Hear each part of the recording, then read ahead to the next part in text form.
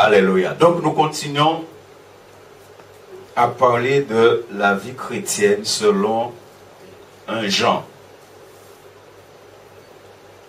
Nous sommes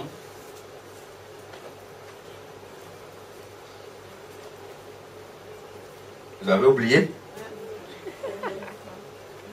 Hein?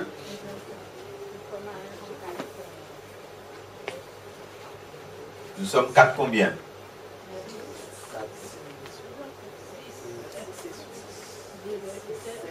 Ah bon, j'entends 6, j'entends 10, j'entends 9.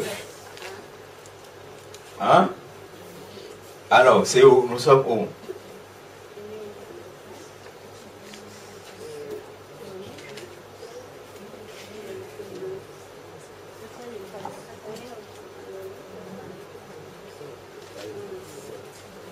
On était sur le point de terminer le chapitre 4. C'est bien ça? Hein?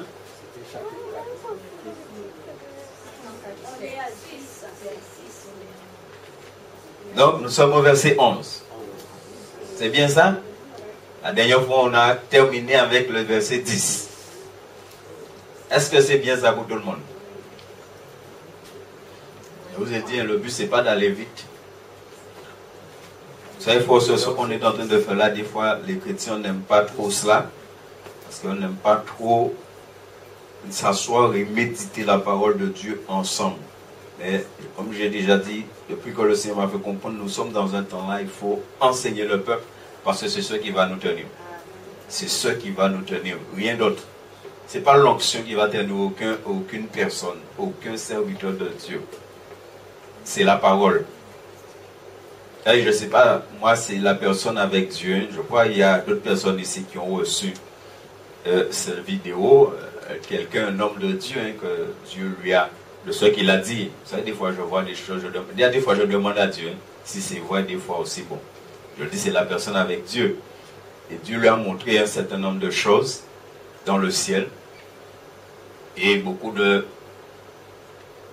personnes. Il y a des personnes très connues. Il a mis ça sur Internet, ça c'est la personne, il a nommé des noms.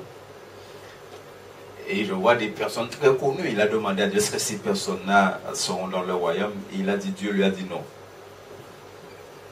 Et pourtant, c'est des gens très connus dans le monde entier. Mais juste s'il y a des fonctionnements, surtout au niveau de l'argent, il faut faire attention. Il a dit, ce n'est pas l'onction. C'est la connaissance de la parole. Comment je connais la parole et comment je mets la parole en pratique. C'est ce qui est important. Et on va le voir encore ce soir, Jésus est clair. Jésus dit, si vous m'aimez, vous garderez mes commandements. Vous voyez? Si vous m'aimez, vous garderez. Et on peut aimer Jésus pour l'onction. Alléluia. Il y a des gens qui suivaient Jésus parce que c'était des gros mangeurs. Et Jésus leur a dit ça. Parce qu'en bas de manger, ils ont qu'à suivre moi. Et puis là, à ça, vous savez, quand Dieu fait quelque chose, il n'y a pas de chef cuisinier comme Dieu sur la terre. Hein? C'est ça? C'est-à-dire, là, on dit, bon, morceau pain, poisson, il n'y a pas n'importe qui pain, il n'y a pas n'importe qui poisson. Alléluia. Amen. Verset 11. Alors, et j'espère que de tout ce qu'on a vu, vous n'avez rien oublié. Vous savez, quand on va terminer, on aura un moment ensemble de questions. Alors, ensemble, c'est important de tout ce qu'on a vu, parce qu'on ne voit pas les choses pour voir les choses.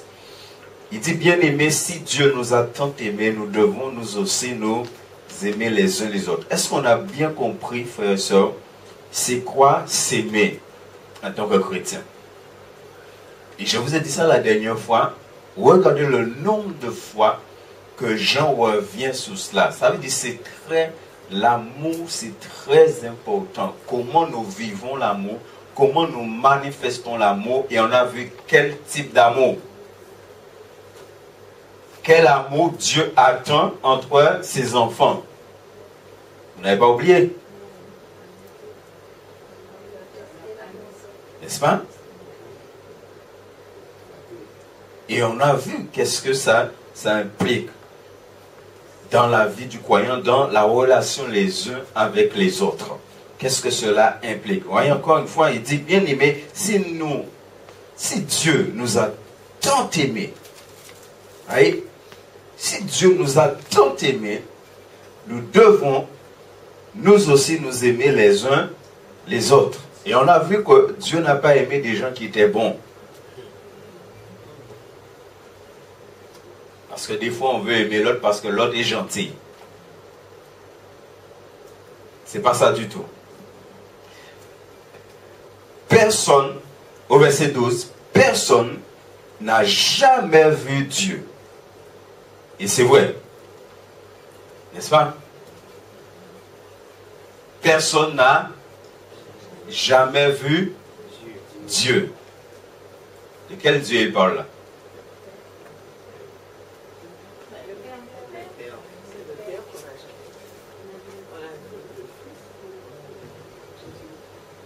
Hein? De quel Dieu il parle là? Le Père et le Fils.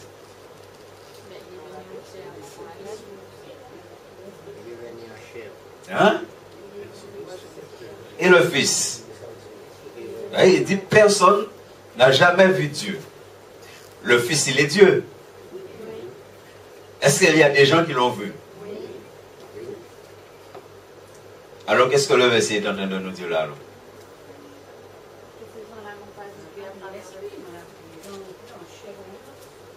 Donc c'était pas Dieu.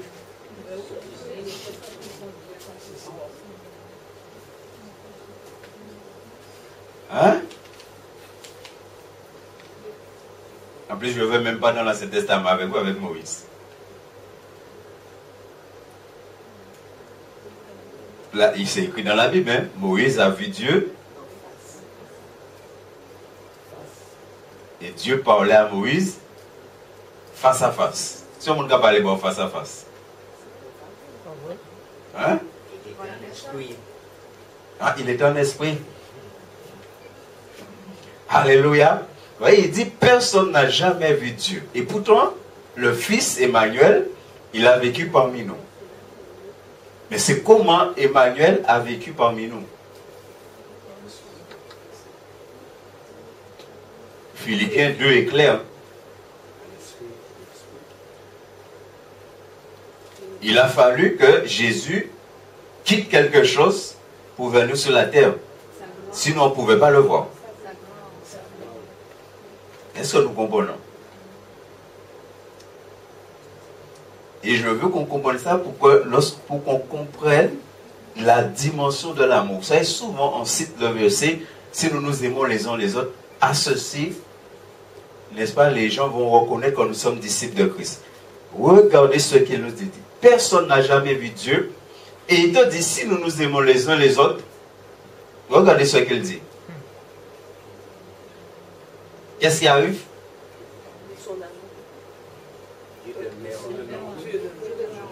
Comment vous comprenez ça, position?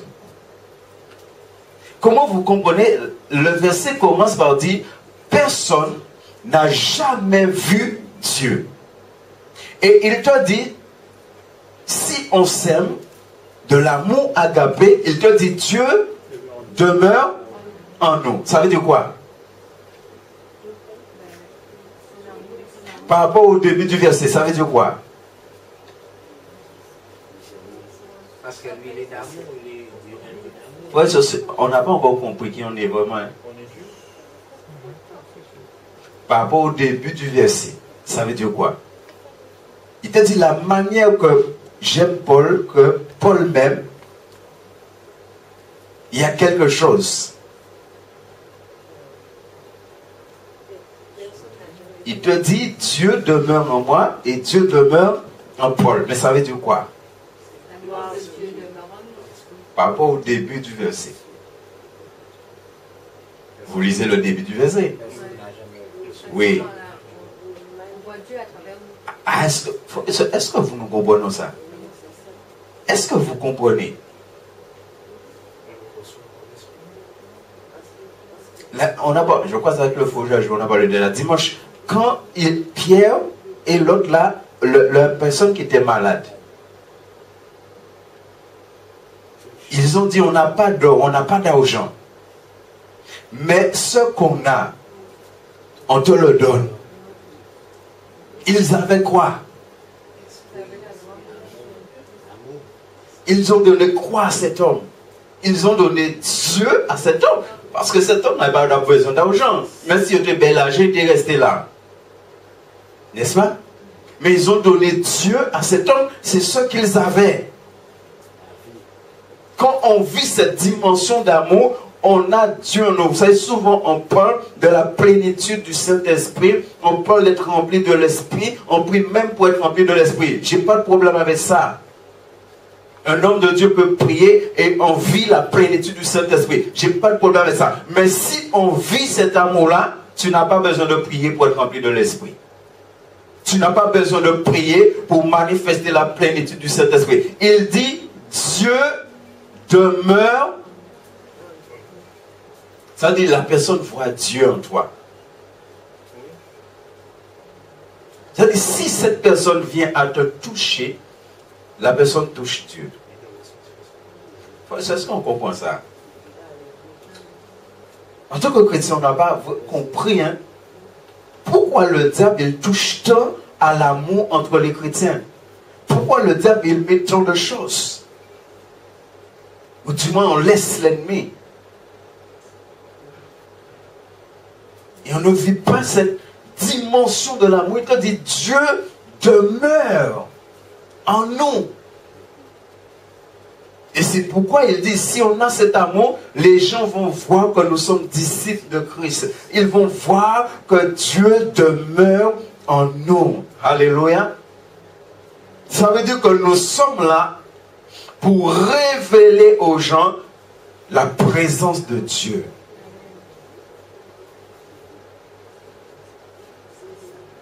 Emmanuel. Dieu avec nous. Est-ce que vous voyez comment nous sommes tous des Emmanuel? Non, on passe à autre chose. Ouais, je vous dis ça, il faut comprendre. Je crois que ce n'est pas pour rien si Dieu parle à son peuple, à toutes les églises de l'amour, beaucoup aujourd'hui. Est-ce que tu te rends compte que tu es Emmanuel pour les autres? C'est pas moi qui le dis. Il y a des immaculés. Il dit Dieu demeure. Si Dieu demeure en toi, et il est Emmanuel. Il dit Emmanuel demeure en toi.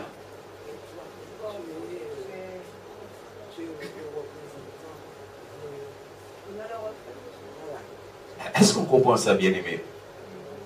2 Corinthiens 5, 17. Vous savez, on lit que le verset 17. Mais si vous lisez jusqu'au verset 20 plus loin, il te dit, si quelqu'un texte, après il te dit, nous sommes des ambassadeurs. Nous exhortons les gens, soyez réconciliés. Il dit, tu es un ambassadeur, c'est quoi? Il représente toute l'autorité. C'est pourquoi, dans les pays, quand tu vas là, il y a une limite. Quand tu franchis ça là, son policier qui a couru derrière, pas même les doigts tirer en balle.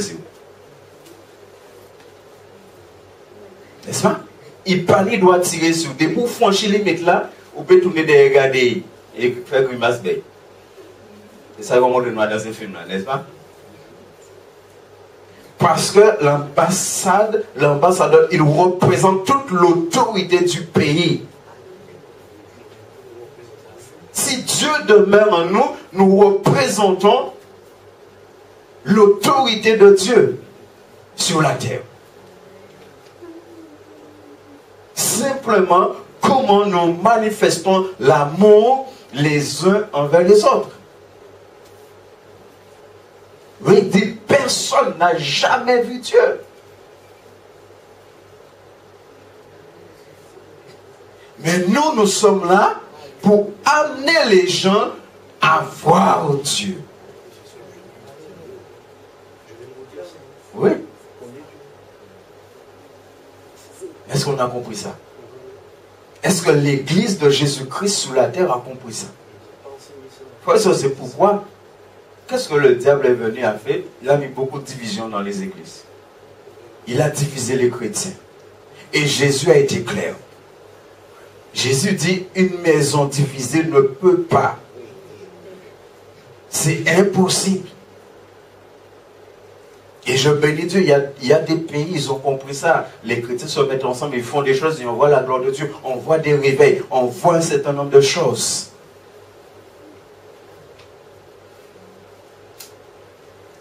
Est-ce qu'on se rend compte? Simplement manifester cet amour agapé amène à ce que les gens voient Dieu. Donc ça veut dire, mon frère, ma soeur, tu es là pour révéler Dieu. Tu es là pour révéler l'amour de Dieu. Tu es là pour révéler la compassion de Dieu. Tu es là pour révéler le pardon de Dieu. Quel que soit ce qu'on te fait, parce que tu as cet amour en toi, tu pardonnes. Père, pardonne. N'est-ce pas? Tu es là pour révéler la puissance de Dieu. Nous sommes là pour révéler ce que Dieu il est. C'est pourquoi Dieu, il y a beaucoup d'attributs de Dieu qu'il a partagés avec nous.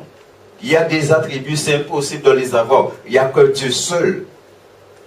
Comme être omniscient, omnipotent, omniprésent, ça, il n'y a que Dieu seul. Mais il y a beaucoup d'attributs que Dieu a partagés avec nous, que nous avons comme Dieu là. Vous voyez, par exemple, la bonté de Dieu, la Bible est claire.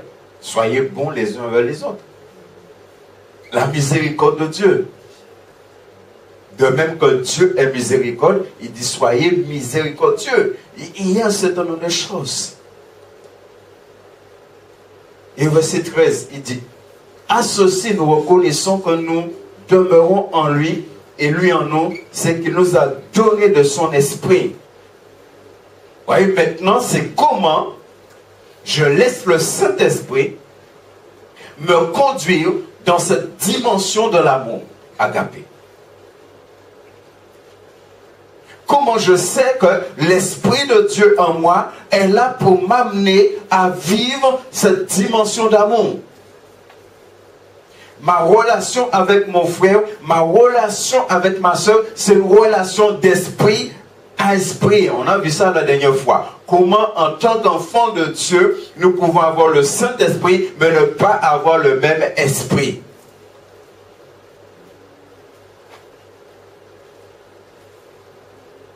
N'est-ce pas?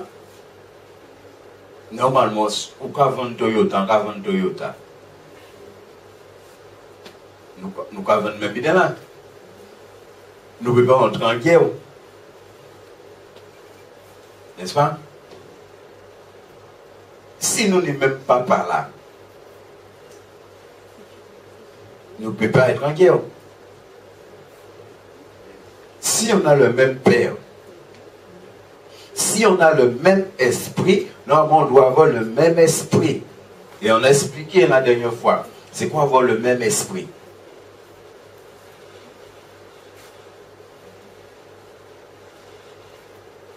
Et ça c'est important, frère. Le Saint-Esprit est là pour nous amener dans cette dimension d'amour. Regardez ce que la parole nous dit.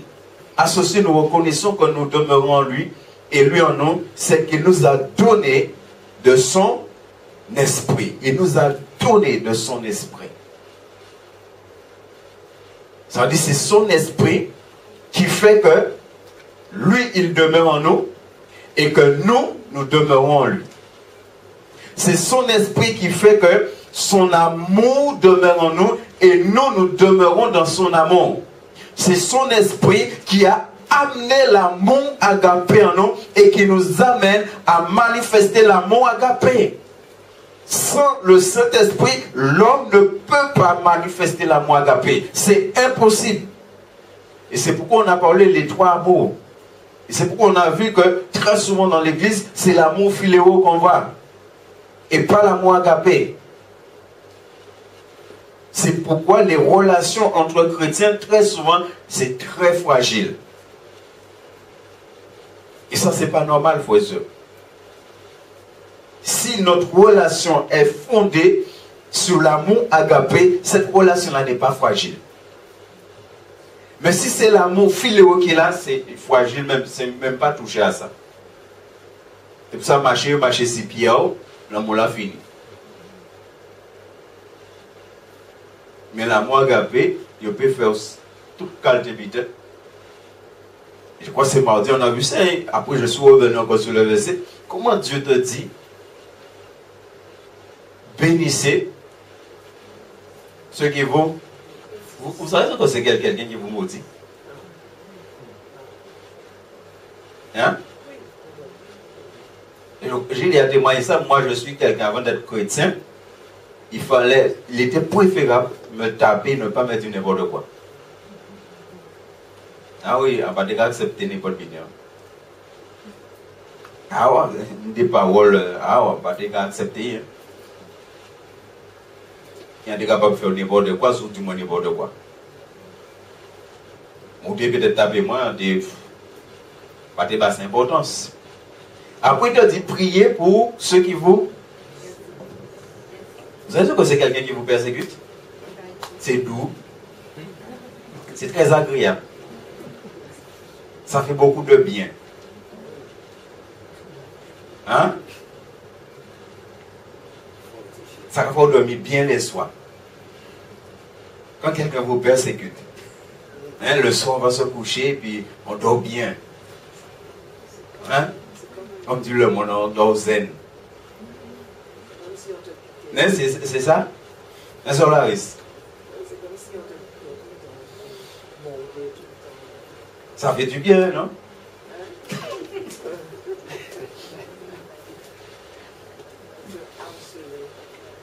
Hein? Ouais, on me casse seul.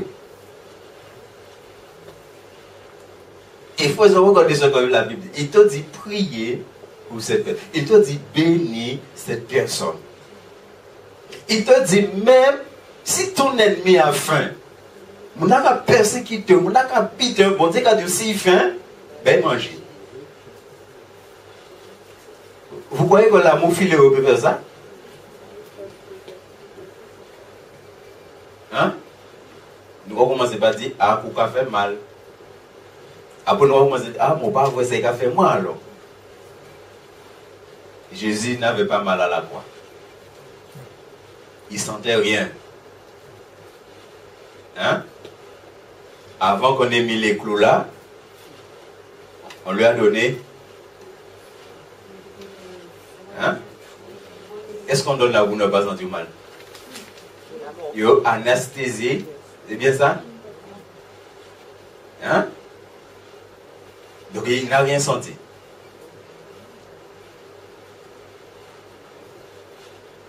Oui, ça, il faut qu'on comprenne la parole de Dieu. On a dit ça tout à l'heure là. Le but c'est qu'on n'a pas enseigné la parole comme il faut aux chrétiens. Et c'est pourquoi des fois on fait n'importe quoi et on n'accepte pas les choses. Vous voyez, quand on ira dans le chapitre 5, on verra. Jésus dit que sa parole n'est pas pénible. Et cet après-midi, j'étais en train de réfléchir sur ça. Jésus a dit, sa parole n'est pas pénible. Et j'étais en train de réfléchir sur le mot pénible. Et est-ce que beaucoup de chrétiens ne trouvent pas, parce que des fois, on va dire la vie chrétienne difficile. Vous savez, quand vous dites la vie chrétienne est difficile, vous êtes en train de dire que c'est difficile de mettre la parole en pratique, tellement il est pénible. Donc ça c'est autre chose. Nous connaissons que nous demeurons en lui et qu'il demeure en nous en ce qu'il nous a donné de son esprit. Tu as l'esprit de Dieu en toi. Tu as l'esprit agapé en toi. Tu as l'esprit qui permet à Dieu de demeurer en toi et qui te permet de demeurer en Dieu. Parce que la vie chrétienne, c'est une question de relation entre toi et Dieu. C'est une question de relation d'amour entre toi et ton Dieu. Comment tu aimes ton Dieu? Parce que ton Dieu t'a déjà prouvé comment lui, il t'aime. Et c'est comment tu aimes Dieu qui va déterminer comment tu mets la parole de Dieu en pratique. comment tu aimes Dieu qui va déterminer comment tu aimes l'autre, comment tu aimes ton frère. C'est une question d'amour. Verset suivant. Et nous avons vu et nous témoignons que le Père a envoyé le Fils comme sauveur du monde. Alléluia. De quoi Dieu nous a sauvés? Est-ce que tu sais que Dieu t'a sauvé de la haine? Si tu n'étais pas enfant de Dieu aujourd'hui, tu serais un enfant de la haine. Et aujourd'hui, tu es un enfant d'amour. Parce que le Dieu amour, il vit en toi. Si le Dieu d'amour ne vivait pas en toi, ça aurait été le Dieu de la haine qui vit en toi. Et c'est pourquoi avant de connaître le Dieu d'amour, moun pas de fait ça vers nous. Et nous sommes capables de tuer le monde avec sorcier, avec l'hôpital, avec des paroles. Nous sommes capables de tuer le monde parce que c'est le Dieu de la haine qui t'a donné. Dieu t'a sauvé de la haine. Parce que la haine amène directement en enfer. L'amour amène directement dans l'éternité. Jésus est venu pour te sauver de la haine. Jésus est venu pour te sauver de l'amertume. Jésus est venu pour te sauver de la rancune. Jésus est venu pour te sauver de l'animosité. C'est pourquoi, frères et sœurs, s'il y a cet amour-là, il ne peut pas y avoir ces choses-là en nous. Il ne peut pas y avoir la haine en toi, l'amertume en toi, la rancune en toi, l'animosité. Ça ne peut pas être en toi parce que tu as l'amour agapé en toi. Si ces choses-là sont en toi, c'est parce que tu ne vis pas l'amour agapé. Et je vous donne un exemple, c'est pourquoi quelqu'un te fait du mal. Même si mon n'a pas demandé au pardon, toi, déjà, ça doit être réglé entre toi et Dieu. C'est-à-dire, toi, tout de suite, tu pardonnes à cette... Parce que tu es amour. Tu pardonnes à cette personne. Seigneur, tu vois ce que cette personne m'a fait. Tu vois ce que c'est... Je pardonne à cette personne de tout mon cœur. N'attends pas que la personne vienne te demander pardon pour pardonner à cette... Oh, l'autre chrétien qui a fait erreur là, ça... Et des fois, il va dire, ah, mais pour gens viennent demander pardon. Moi, il y a plus de 20 ans, il y a des chrétiens qui m'ont fait des choses. Pour gens viennent.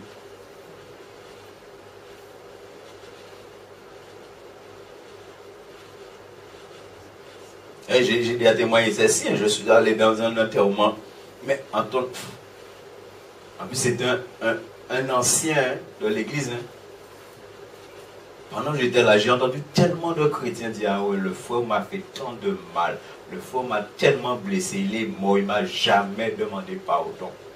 Mais c'est des chrétiens qui disaient ça, hein, mais la personne dit ça avec un cœur. Quoi, senti qu'il est blessé, quoi. Et quoi, senti qu'il était qu'à attendre ça. Mais ça, c'est le problème de la personne avec Dieu. Ou moi, pas demander pardon, ça c'est vous avec mon Dieu. Mais moi, en savent qu'en pardonner ou de tout qui est moi. Oui, c'est important que la personne puisse venir demander pardon.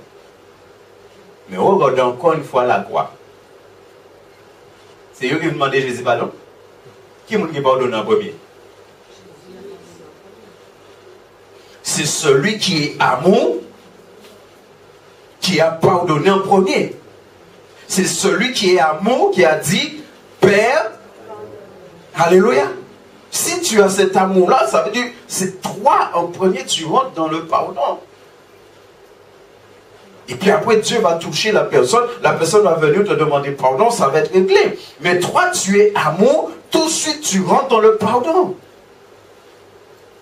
Bien-aimé, Jésus, il parle de Jésus en tant que sauveur. Le mot sauveur, ce n'est pas simplement que Jésus nous a le salut là. Non, Jésus est venu nous sauver de la haine. Jésus est venu nous sauver de l'amertume, de la rancune, de l'animosité, toutes ces choses-là. En tant que chrétien, ça ne peut pas être en nous. Donc, est-ce que Jésus t'a sauvé de cela? Est-ce que Jésus t'a libéré? Est-ce que le Sauveur est passé par là? Parce que lui, il a connu des choses. Lui, il a connu la haine des hommes. Nous sommes du monde, nous sommes du monde. Nous sommes de tout ce que le monde produit.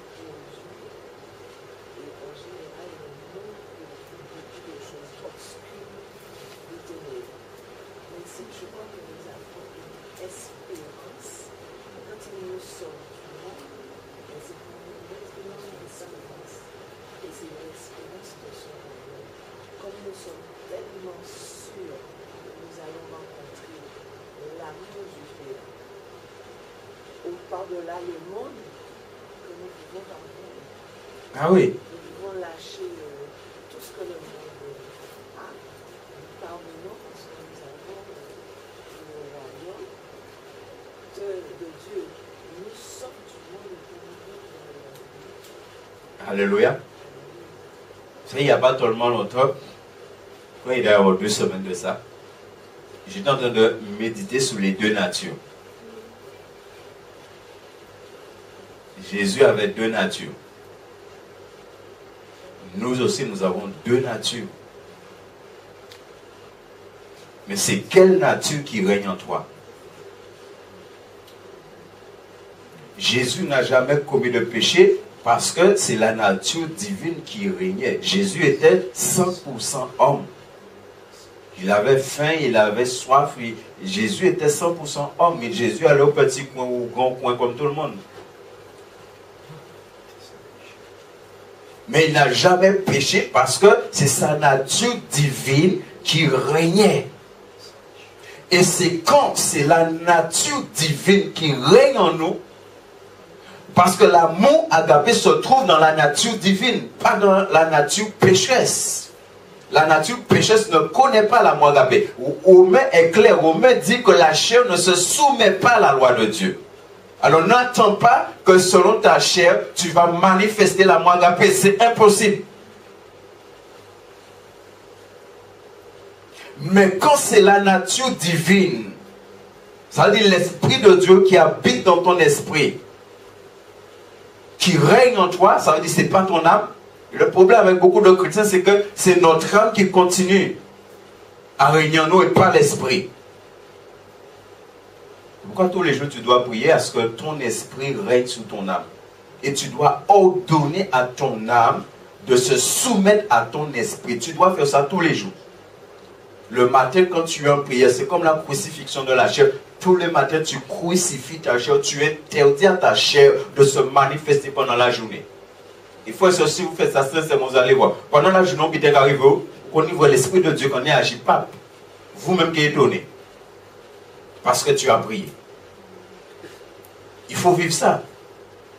C'est quelle nature qui règne en moi? C'est possible parce que la parole nous dit même que celui qui a fini avec la chair, la fini avec la chair, on a fini avec ces choses-là, avec les chair.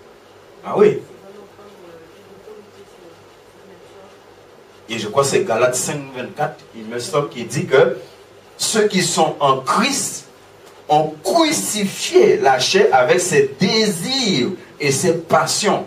Il dit ceux qui sont en Christ. Les désirs de la chair, c'est quoi? C'est la haine. Les désirs de la chair, ce n'est pas les désirs simplement sexuels. Hein? Il y a ça. La vengeance, n'est-ce pas? L'amertume, la rancune, l'animosité, ça doit avoir monde ferme en bitin. Eh bien, ça c'est la chair. Ce sont les désirs de la chair. La chair aime répondre à la chair. Quelqu'un te fait quelque chose selon la chair, ta chair veut que tu... Non, mais si tu vis par l'Esprit de Dieu, tu vas lui dire non, non, non, là c'est fini ça. Tu es crucifié. Mais regardez le nombre de chrétiens, on les enseigne même que c'est pas un problème. Même si tu vis selon la chair, c'est pas un problème. Mais la Bible te dit quand tu vis selon la chair, tu es ennemi de Dieu. N'est-ce pas? Et comme je le dis souvent, sur la terre, moi personnellement, je n'ai pas encore vu l'homme au monde mort, quand il y a l'eau ennemi à veiller. N'est-ce pas? Mais l'homme au monde a maillé. Combien d'ennemis a invité à mailler?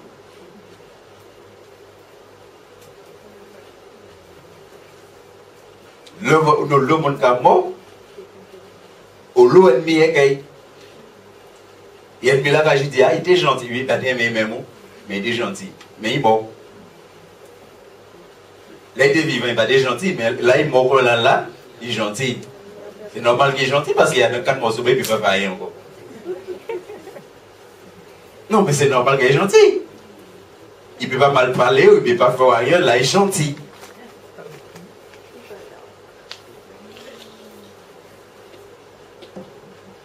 Verset 15. Celui qui confessera que Jésus est le Fils de Dieu, Dieu demeure en lui et lui en Dieu.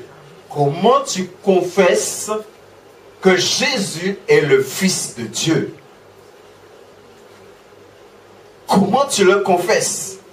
Confesser là, c'est pas simplement parler. Hein?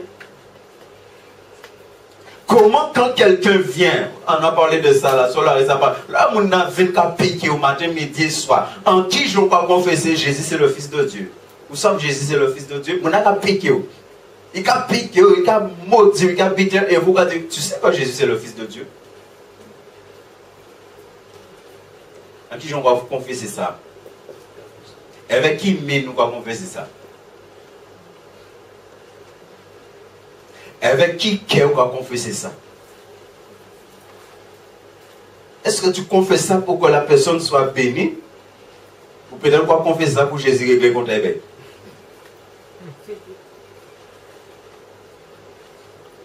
Fais-moi mal là, pourquoi ça Jésus régler?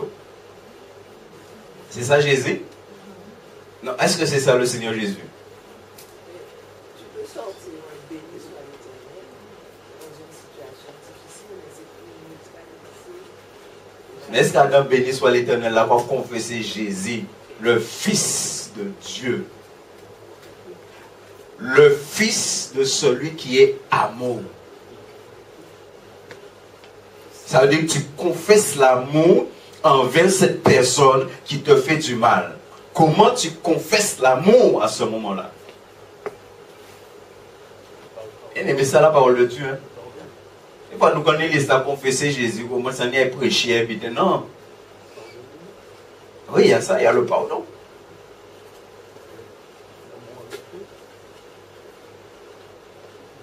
Est-ce que nous comprenons? Qui Jean?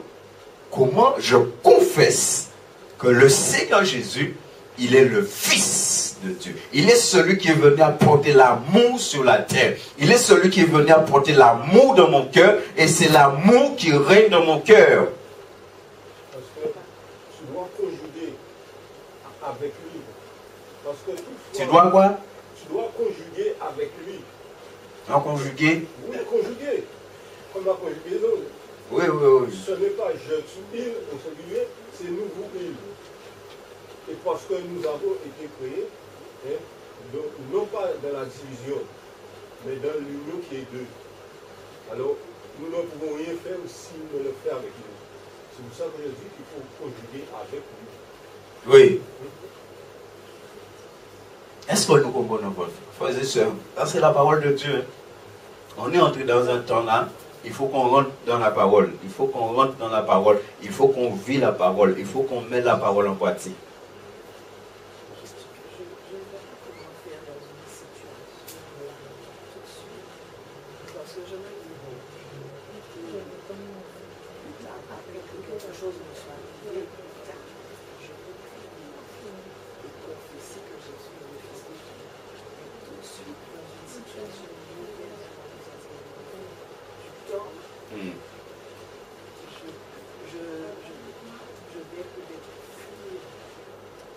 Oui, mais c'est comme on vient de voir tout à l'heure là, c'est comment je vis avec l'esprit. Parce que c'est pas nous. Parce que c'est là où Dieu veut nous amener. C'est pas nous. Il faut. Vous savez, Jean-Baptiste a fait une prière. Et j'étais en train de méditer, je ne suis pas resté tellement dessus. Jean-Baptiste dit, il faut que je diminue. Mais pourquoi Jean-Baptiste il a dit ça? Je ne sais pas si vous savez qui est Jean-Baptiste. Le Seigneur lui-même a dit, il n'y a pas de plus grand que lui sur la terre.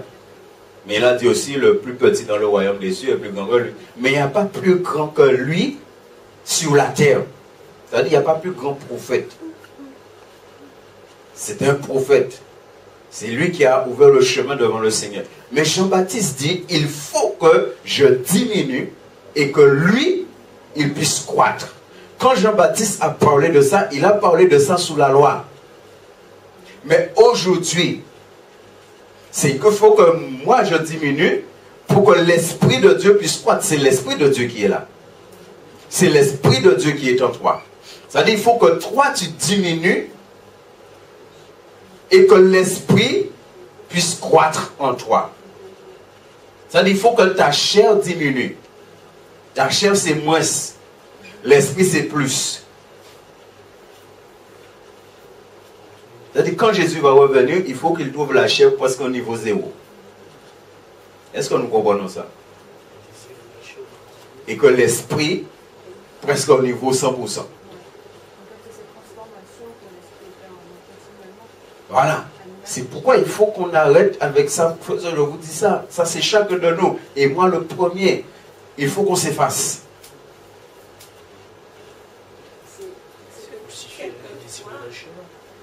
Hein?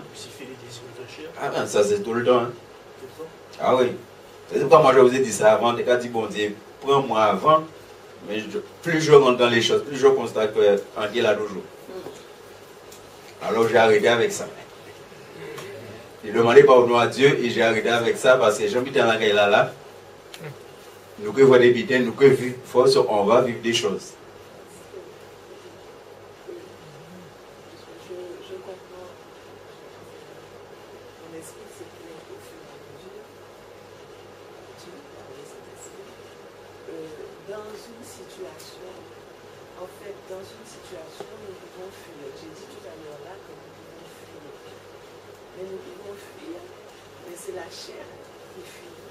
Oui, alors, mais par contre, il y a une chose dans ce que tu dis là, il faut être prudent avec ça. Il y a des situations, Jésus a fui. Il y a des situations, il veut roche pour Jésus va rester là, bon roche. Hein. Il y a des situations, il veut roche si, il va mêler ça. Comment tu vis avec l'Esprit de Dieu à ce moment-là? C'est l'Esprit de Dieu qui va nous dire. C'est-à-dire, quand tu dois fuir, c'est l'Esprit de Dieu qui va te dire fuir.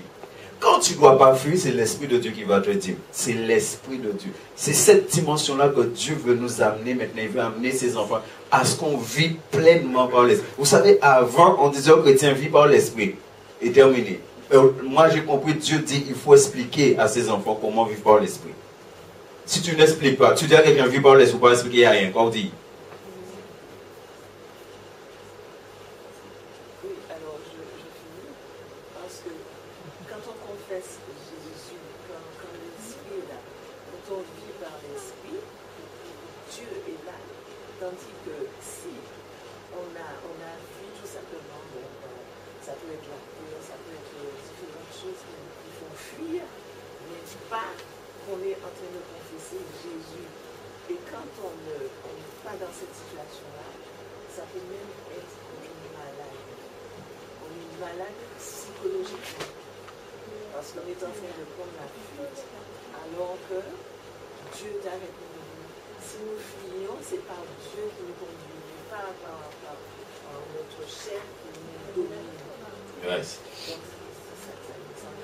Et béni soit l'Éternel, Saint Dieu de grâce.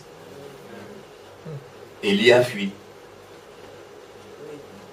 Et Élie a même demandé la mort. Et Élie a même cru que c'était fini. Moi, ce que j'aime dans cette histoire, c'est que bon Dieu va parler au loba Élie. Dieu vient, il dit, Élie, qu'est-ce que tu fais là? Et Élie raconte toute son histoire. Donc c'est ce qui est bien avec Dieu. Hein? Nous allons commencer à plaindre nous, bon Dieu. Comme bon Dieu pas vrai. Vous voyez? Comme Dieu ne voit pas. Et c'est ça lorsqu'on est dans des situations difficiles. N'est-ce pas? Pour nous, Dieu ne voit pas. Alors on commence à lui raconter, Seigneur. C'est comme j'étais dans une réunion pour une soeur. La soeur a vécu quelque chose avec un voisin pendant la journée. La soeur vient en réunion de prière. Seigneur, tu as vu, je me suis réveillé ce matin, je suis allé arracher des herbes là, et puis la dame est venue, Seigneur, et elle a dit, elle a raconté tous les, comme bon Dieu pas vrai. Oui? Et on regarde Élie. Élie, que fait-il là? Il raconte. Dieu lui donne à manger. Et en plus, Dieu envoie un corbeau l'amener à manger. Élie doit réfléchir. Il y a un corbeau qui a mis un bon gâteau comme ça pour moi. En fait, si vous Élie mangeait, ventre est plein. Dieu vient. Élie, qu'est-ce que tu fais là? Je ne sais pas si vous avez déjà lu là. Il raconte les mêmes choses 2 fois. Allez lire, vous allez voir. Il raconte la même chose 2 fois. Je suis resté moi seul, on avait ça, Seigneur, c'est moi seul. Hein. Il raconte. Qu'est-ce que Dieu fait? Vous avez vu Dieu lui parler? Beaucoup. Et après on te dit qu'il y a eu tremblement de terre, il y a eu ceci, Dieu n'était pas dedans. Après on te dit il y a un vent doux et paisible qui est passé et Dieu était là. Et puis après Dieu dit à Élie, puisque c'est qu'on se voit je dis bon, il dit bon, allez bon. Tu as un roi à consacrer là, tu as un prophète à consacrer là, tu as un juge à consacrer. Et à ce moment-là, Élie a compris qu'il croyait que tout était fini, et bien ce n'était pas fini.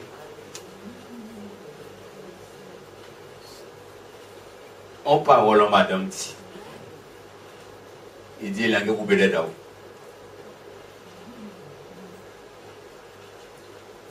Il faut, vous savez, c'est pourquoi c'est important d'avoir la révélation de la parole. Ce qui s'est passé, et ça arrive avec beaucoup d'enfants de Dieu et même beaucoup de serviteurs de Dieu. Élie était spirituellement épuisé. C'est le diable existe, le diable est réel.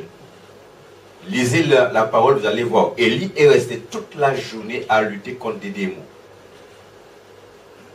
Parce qu'on te dit, il y avait les prophètes de Baal. Les prophètes de Baal, c'est quoi? C'était pas les hommes, hein. Ils ont dit, ils ont coupé. Vous voyez, c'est des gens normaux. Ils ont incision. Hein? C'était des démons. Élie est resté toute la journée à combattre contre des démons. Élie était spirituellement épuisé. C'est-à-dire, Élie avait une faille. Regardez bien, bien aimé. Si Dieu nous parle de ça, c'est qu'il y a une raison. Quand Jésus a prié 40 jours, qu'est-ce que la Bible dit? Et à quel moment le diable vient? C'est pourquoi en tant qu'enfant de Dieu, on doit être vigilant. On peut être spirituellement fatigué. Ça a été le cas d'Élie. Il y avait une faille. Et là, il tient une parole là. Comme Élie était déjà fatigué, il était dans la fatigue, parole là, il fait boum. Alors, faites attention à ça. Verset 16. Et nous avons connu l'amour que Dieu a pour nous et nous y avons cru. Comment tu as cru? Comment tu crois dans l'amour de Dieu pour toi? Comment tu vois l'amour de Dieu pour toi? Comment tu vois l'amour de Dieu dans ta vie?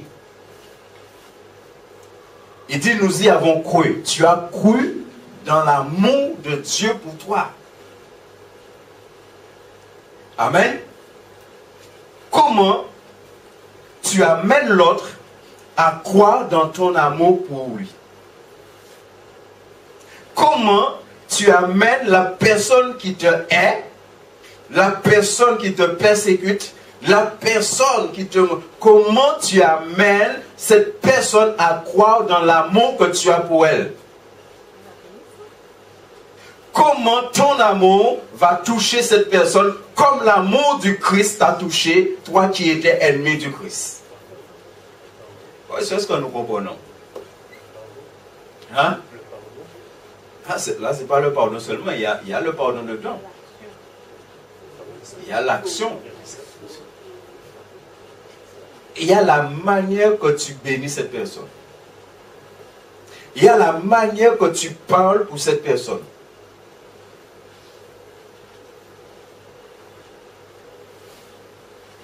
Est-ce que nous comprenons? La personne va ressentir quelque chose qui ne vient pas de toi, mais qui vient de l'esprit d'amour qui est en toi. Il y a beaucoup de chrétiens qui vivent ça. Et les gens vont témoigner après. Et très souvent, c'est dans le travail. Et la personne va témoigner, ouais, malgré tout sans fait, mais j'ai ressenti. Elle m'aimait, il m'aimait, j'ai ressenti. Il dit, nous avons cru. Comment tu crois? Comment amener l'autre? Parce que c'est le Seigneur qui nous a amenés à croire dans son amour. Quand nous prêchons l'évangile, regardez comment les gens rejettent le Seigneur. Parce que ils ne croient pas dans cet amour. Et regardez bien quel est le verset de base de toute évangélisation. Jean 3,16. Dieu a tant aimé.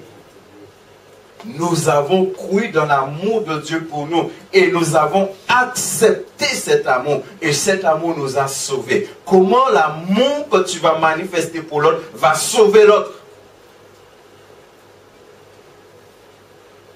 Est-ce que tu crois que Dieu t'a donné ça pour sauver l'autre? C'est pourquoi il faut se regarder même dans la prière. Quand on prie, et nos prières sont des prières d'amour et remplies d'amour pour la personne, comment Dieu est capable de changer la vie de cette personne? Est-ce que nous croyons dans la dimension d'amour que Dieu nous a mis? Parce que nous sommes réellement amour. L'Esprit de Dieu vient en nous. C'est la chair ou le diable, des fois, qui a fait nous comprendre, nous c'est des moins que rien. Non, c'est faux. La Bible est claire. S'il te dit que Dieu demeure en toi, Dieu demeure en toi et tu es moins que rien.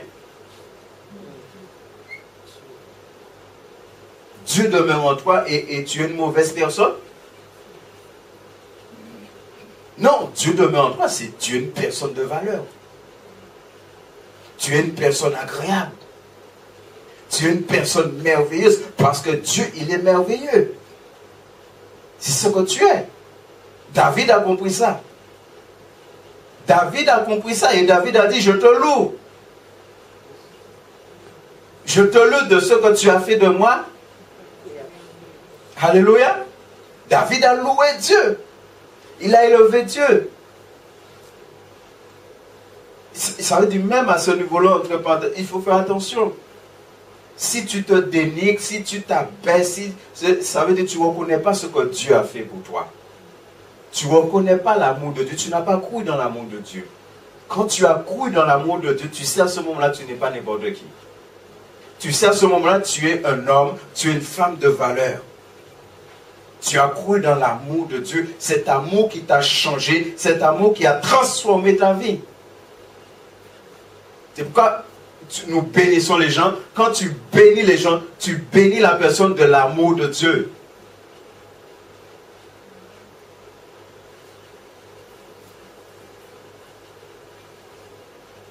Et Dieu est amour. Et celui qui demeure dans l'amour demeure en Dieu et Dieu demeure en lui. Alléluia. Là, on peut parler que là, tu es plus que sûr de ton salut. Là, tu es plus que, à quel que soit le moment que Jésus vient là, tu es dedans ou à bord.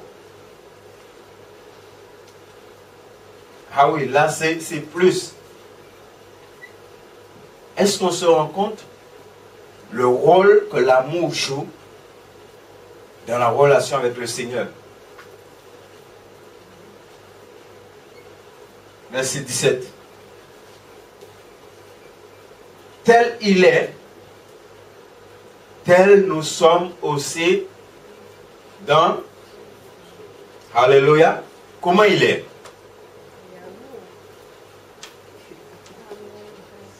Ça n'a pas changé. Hein?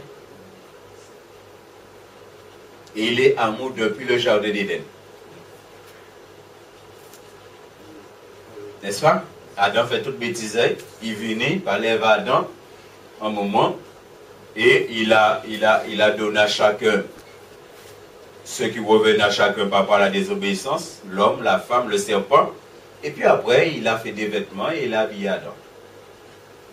Vous savez, les vêtements que Dieu a fait là préfigurent la venue du Christ. Parce qu'il a fallu tuer un animal pour, voilà, le sang a coulé à ce moment-là. Et il a revêtu Adam. Il fallait faire un sacrifice. Ça préfigure la venue du Christ. Il te dit tel il est. Est-ce que nous sommes tels qu'il est? Et on a parlé de représentants, ambassadeurs. Si tel il est, tel nous sommes. Vous imaginez bien aimé si toutes les églises rentraient dans ça? Tel il est, tel nous sommes. Dans ce monde. Jusqu'à aujourd'hui, Dieu est un Dieu d'amour. Des fois, je réfléchis sur des choses et... Moi, ça m'est déjà arrivé de demander à Dieu, mais Seigneur, comment tu fais? Il est tellement méchant saisir la terre. Il y a tellement de gens qui font des choses abominables, mais abominables même. Je dis délier de la méchanceté. Rendez libre les captifs. Donc, il faut connaître ce que le monde, pour pouvoir faire ça. Donc, Dieu même aussi, dans sa parole, dit, celui qui découvre le monde, découvre un cadavre. Et celui qui découvre un cadavre, le monde ne peut le retenir. Donc, ce que nous n'avons pas encore découvert véritablement le monde, c'est pour cela que nous sommes encore à agir ainsi. Parce que si on nous découvert, mais moi, ensemble, ni abomination va faire sur la terre. Et Dieu, il est là. La Bible dit en un clin d'œil, Dieu parcourt toute la terre. Dieu, il est, frères et sœurs, Dieu, il est là, il regarde. Et il voit tout ça. Je ne sais pas si vous comprenez. Dieu, il voit tout ça. Et non seulement il les aime, mais parmi toutes ces personnes-là, il y en a que Dieu va sauver. Il dit, tel il est, tel nous sommes aussi dans le monde. Lui, il ne condamne pas le monde. Il est venu pour sauver le monde. Dieu veut que tous les hommes soient sauvés, quel que soit leur fonctionnement, quel que soit ce qu'ils sont. C'est-à-dire, Saddam Hussein dit mettre les à genoux, là, dit, bon Dieu, pardonnez-moi, mais en tuant mon butin, bon Dieu, pardonnez.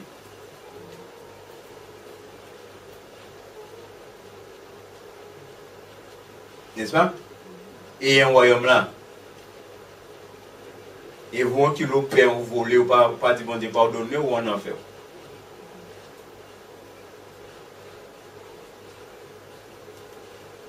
Moi, ça c'est moi. Moi, je crois que c'est quand je vais arriver au ciel, je vais vraiment comprendre à quel point Dieu est amour.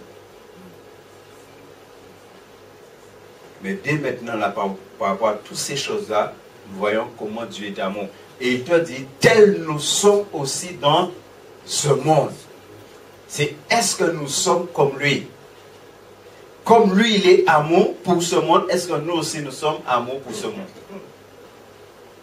Est-ce que nous sommes ses représentants dans le domaine de l'amour? Si déjà nous ne le sommes pas dans l'église, comment nous le serons dans le monde? Si déjà dans l'église nous ne sommes pas comme lui il est, comment on va l'être dans le monde? Il faut déjà qu'on le soit dans l'église.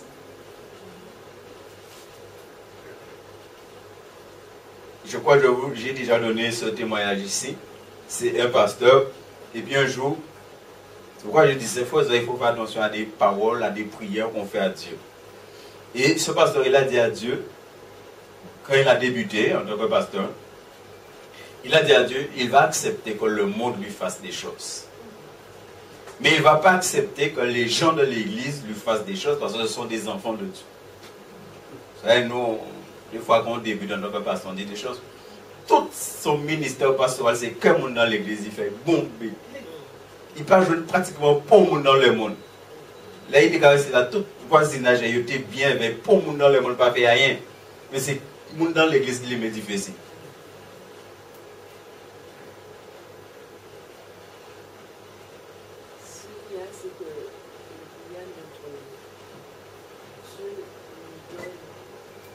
Nous avons la capacité à confiance, à faire confiance à Dieu.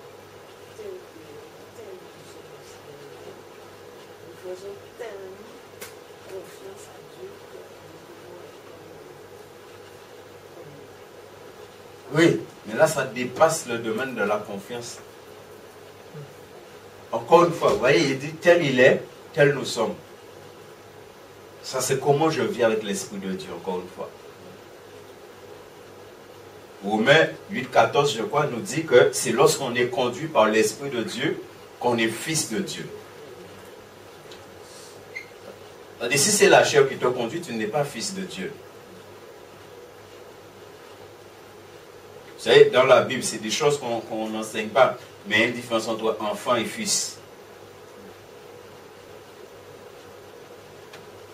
Quand il te dit tel il est, tel nous sommes, ça c'est dans la dimension de l'esprit. Comment l'esprit de Dieu, je le laisse me conduire. Quelle place l'esprit de Dieu a dans ma vie? C'est l'esprit de Dieu qui m'amène à être comme lui dans le monde. Et le monde a fait des choses à Jésus. Hein. Et Jésus a dit, comme le monde m'a haï, le monde vous... N'est-ce pas? Mais c'est comment lui, il a réagi vis-à-vis de la haine. Et comment moi, je vais réagir vis-à-vis de la haine que le monde peut manifester envers moi. C'est pourquoi, en tant que chrétien, il y a des chrétiens, et des fois, on parle de Dieu. Vous voyez, les chrétiens susceptibles là. Et des fois, même si on est serviteur de Dieu, mais on est susceptible.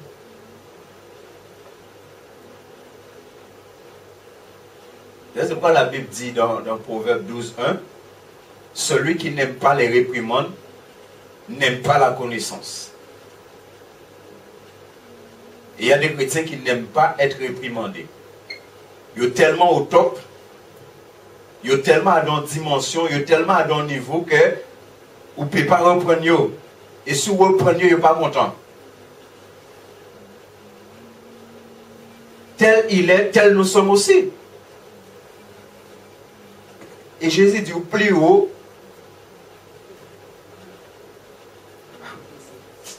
frères et sœurs, c'est en cela que l'amour est parfait en nous, afin que nous ayons de au jour.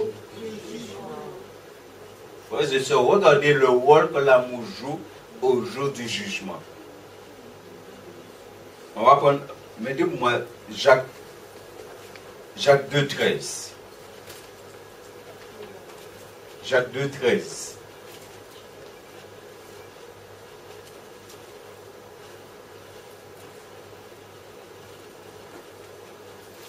Retournons au jour du jugement.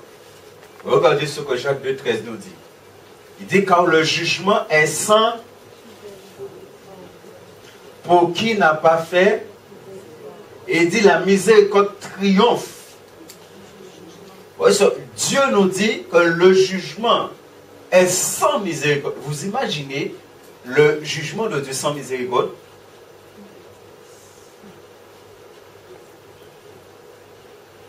On est venu, on a proposé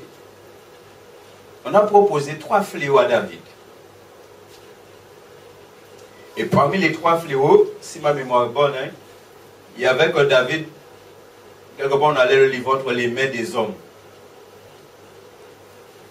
Et il y en a, c'est entre les mains de Dieu. Vous savez qu'est-ce que David a choisi? Et pourquoi il a choisi ça? Parce que David savait que Dieu est un Dieu de miséricorde. David savait souhaiter tomber mais les hommes peuvent jouer avec. Il a tué 3 fois. Mais Dieu, il sait que Dieu est un Dieu de miséricorde. Et Dieu a fait miséricorde à David très souvent. Parce qu'il a beaucoup de choses qu'il a fait. Il y a des péchés que David a commis, on devait tuer David. Ce n'est pas seulement l'adultère, hein, mais il y a d'autres péchés qu'il a commis, on devait le tuer. Vous imaginez, frères et sœurs, qu'il est dit quand le jugement est sans miséricorde, pour qui n'a pas fait miséricorde. Vous savez, le jugement de Dieu sans miséricorde,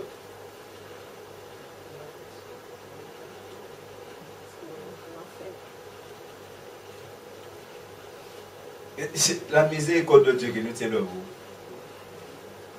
Mais Dieu te dit, si on ne vit pas cet amour, quand il parle de la miséricorde, l'amour agapé, il y a la miséricorde dedans.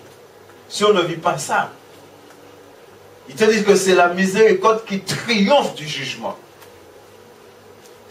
Et Jean nous dit, c'est pour avoir de l'assurance au jour du jugement. Et bien aimé, la Bible dit que le jugement de Dieu commence. Dieu, il vient et il voit comment nous vivons l'amour, comment on vit l'amour agapé. S'il ne voit pas qu'on vit l'amour agapé comme il nous a demandé de le vivre, il y a un jugement. Parce que la Bible dit que Jésus, avant sa venue, il va envoyer ses anges enlever les méchants dans l'église. Et les méchants là, ce n'est pas les païens, ce n'est pas les voués dans l'église. Ce sont ceux qui devaient manifester l'amour agapé et qui ne le manifestent pas. C'est pourquoi, frères et sœurs, ne perdons pas du temps dans un certain nombre de choses. Les gens vous font du mal, pardonnez, passez, c'est ça, pas rester, c'est ça.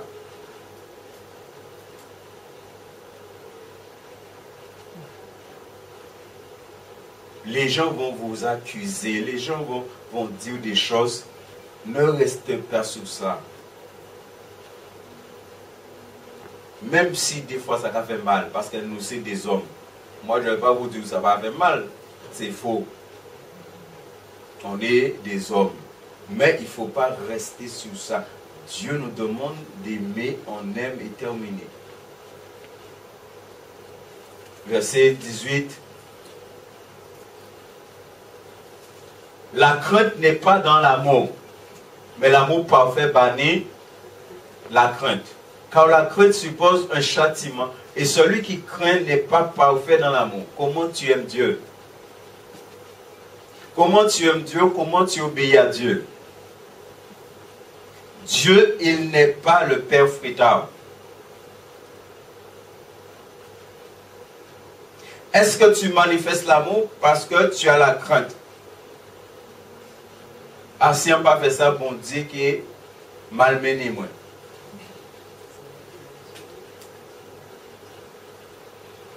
C'est pourquoi, je disais ça il n'y a pas longtemps, je partageais ça avec des chrétiens. Il faut faire attention. Moi, il y a des choses, je fais attention. Même lorsque ça vient de grands hommes de Dieu, entre guillemets. Je fais attention. Les chrétiens peuvent tomber dans la superstition.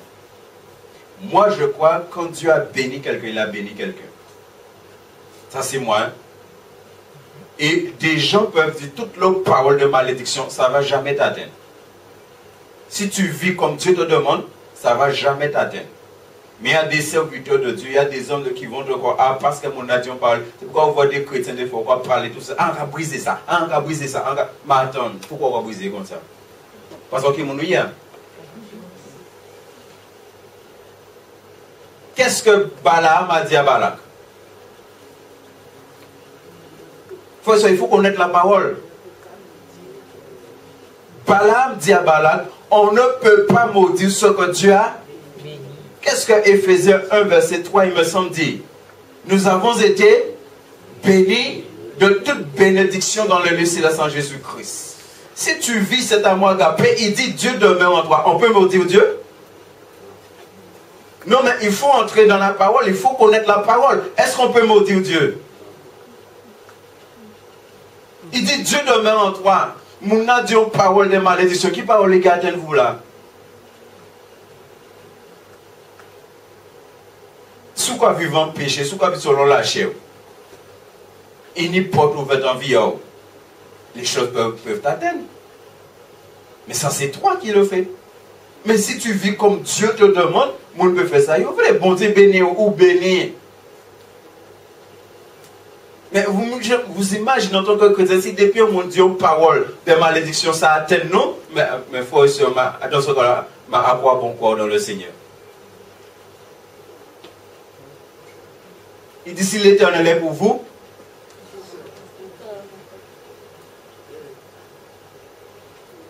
et des fois, moi, et ça c'est moi, moi je dis des fois c'est la superstition.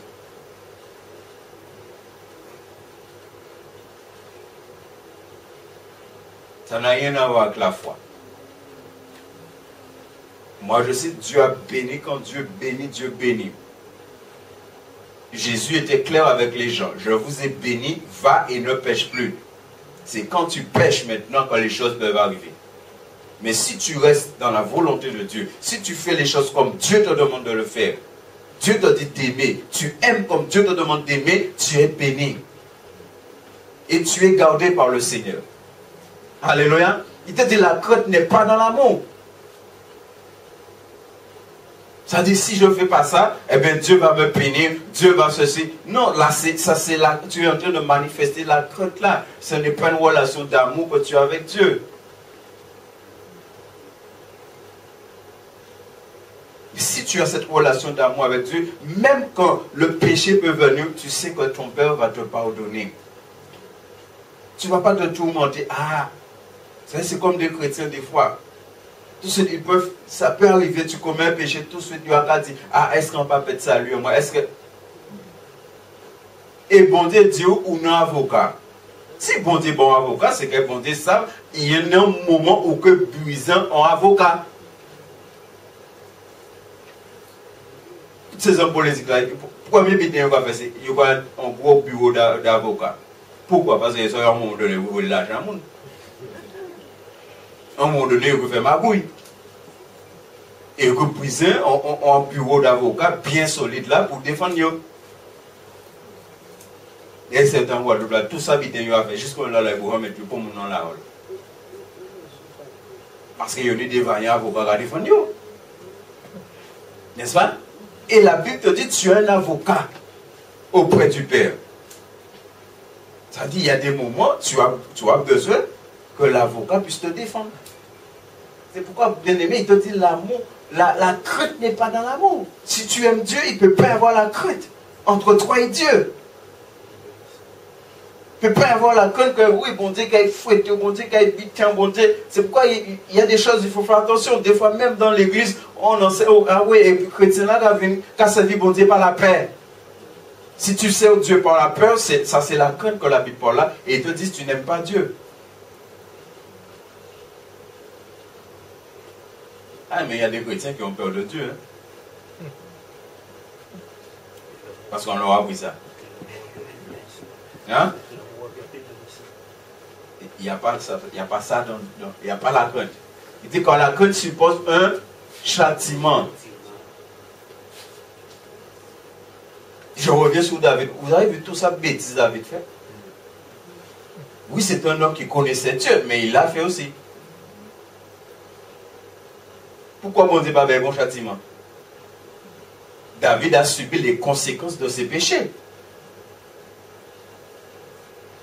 Même quand il a fait le dénombrement là, David n'aurait jamais dû faire ça. Et même à un moment, la Bible te dit, le diable a excité David. Il faut connaître. Et celui qui craint n'est pas parfait dans... Voilà, c'est clair, hein? Il n'est pas parfait dans l'amour. Verset 18 et 19. Pour nous, nous l'aimons parce qu'il nous... Voilà. Simplement. Simplement, bien aimé. Simplement. Nous aimons Dieu parce que Dieu nous a aimé le premier. Alléluia. Quand on était dans nos péchés, c'est ce que Romains 5:8 nous dit. Dieu prouve son amour envers nous lorsque nous étions encore des pécheurs. Christ est mort pour nous. Simplement. C'est une relation d'amour. Verset 20-21. Si quelqu'un dit j'aime Dieu et qu'il haïsse son frère, c'est un menteur. Ouais, on a vu ça tout à l'heure là. C'est un menteur. Pourquoi c'est un menteur? Car celui qui n'aime pas son frère qu'il voit, comment peut-il aimer Dieu qu'il ne voit pas? On a vu. Personne n'a jamais vu Dieu. Mais c'est quand on aime, Dieu demeure en nous, les gens voient Dieu en nous. Si tu n'aimes pas ton frère, comment Dieu demeure en toi? Si Dieu demeure en toi, tu vas aimer ton frère. C'est impossible que tu dis que Dieu demeure en toi et que tu n'aimes pas ton frère. C'est pourquoi on a vu, Jésus est venu nous sauver de la haine, de l'amertume, de la rancune. Il est venu nous sauver de ça. Ça peut pas être dans la vie d'un enfant de Dieu. Si tu n'aimes pas ton frère, ça veut dire que tu as la haine pour ton frère. C'est deux choses qu'il y a. Amour et haine. Et pour finir, et nous avons de lui ce commandement, que celui qui aime Dieu aime aussi son... Alléluia. Que celui qui aime Dieu aime aussi son frère. Les deux sont liés. L'un ne va pas sans l'autre.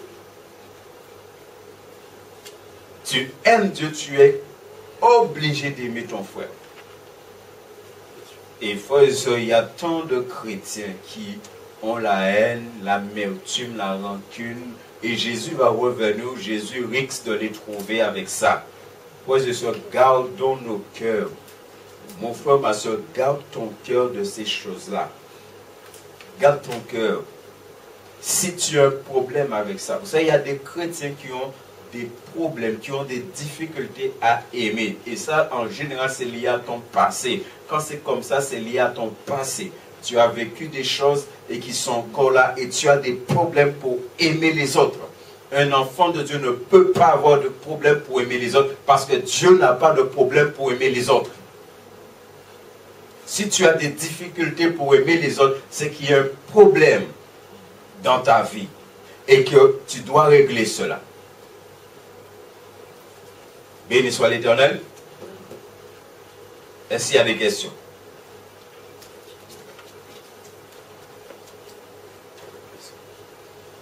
Est-ce que nous avons compris, bien aimé? Ça, c'est la vie chrétienne. Ça, c'est pas simplement miracle, prodige. C'est pas onction. C'est pas. Ça, c'est la vie chrétienne. Comment je mets la parole en pratique, comment je vis son... Et ça, on le verra la prochaine fois. Aujourd'hui, j'ai médité sur ça. Quand Jésus a dit, sa parole n'est pas pénible. Jésus est en train de dire que mettre la parole en pratique, ce n'est pas pénible. Et ça aussi, on a appris que c'est comme si c'est... Ouais, il faut avoir tellement de dimensions pour mettre la parole en pratique. Non, comment tu vis avec l'Esprit de Dieu? Comment j'ai donné ma vie au Seigneur? Comment j'aime le Seigneur?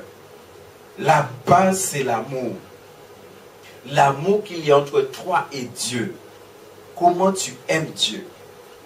Quand on aime Dieu, tu n'as pas de problème à mettre la parole en pratique. Pourquoi? Parce que même quand il va y avoir quelque chose, tu vas te mettre à genoux, tu dis, Seigneur, il y a un problème là. Il règle ce problème-là. Et là, le Seigneur, il agit tout de suite dans ta vie. Il règle le problème tout de suite parce qu'il t'aime. Et toi, tu l'aimes. C'est impossible, frère et soeur. C'est impossible que Dieu voit un problème dans ta vie. Tu viens devant lui là et que Dieu ne règle pas ce problème-là. La Bible dit tout ce que nous demandons selon la volonté de Dieu, Dieu nous le donne. Alléluia. Et la volonté de Dieu, c'est que tu aimes les gens comme Dieu te demande d'aimer les gens. Il faut simplement être... Moi, des fois, je le dis, des fois, il y a des personnes à l'église, ils ne sont pas aimables. Hein. Mais tu dois les aimer parce que tu es enfant de Dieu.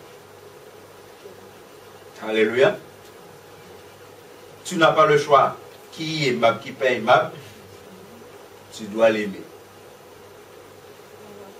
Après, dire, ah, Seigneur, t'as là.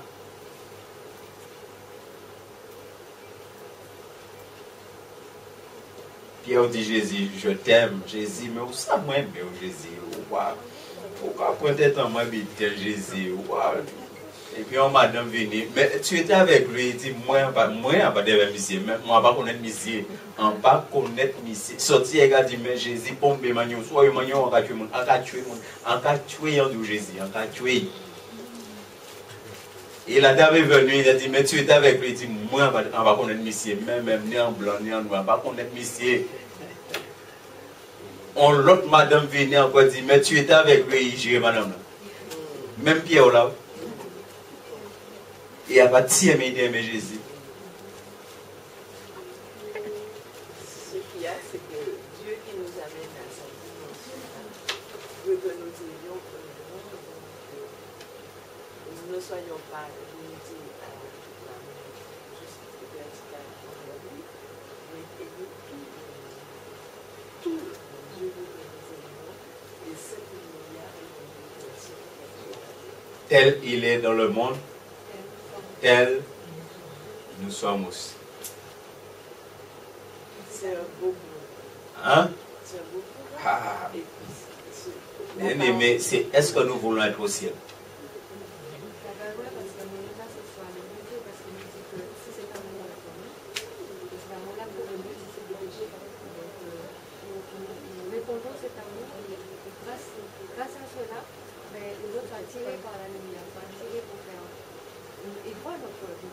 Voilà. Ça veut dire que quelqu'un va te faire quelque chose, tu ne seras pas animé à faire du mal. Tu as tellement cet amour en toi que tu vas faire du bien. À ce moment-là, tu couvres. C'est là que la Bible dit cet amour-là couvre une multitude de péchés. Tu vois? On a fait tellement de choses à Jésus et lui, il a manifesté cet amour. On va te faire tellement de choses, mais toi, tu vas manifester cet amour. Voilà. Mais c'est ce qu'on doit retenir là ce soir, c'est ce qui nous donne de l'assurance.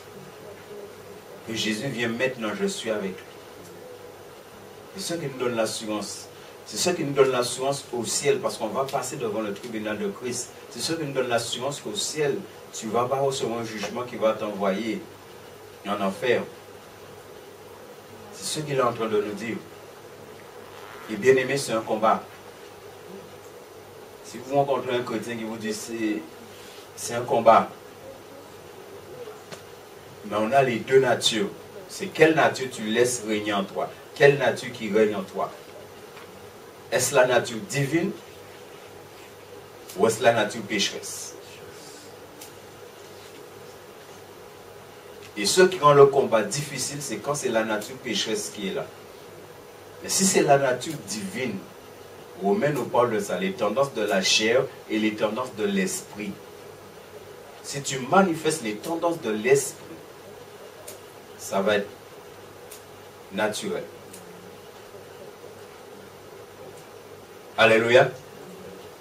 Béni soit l'Éternel. Nous allons prier. Dieu est bon, frères et sœurs. Et Dieu aime ses enfants.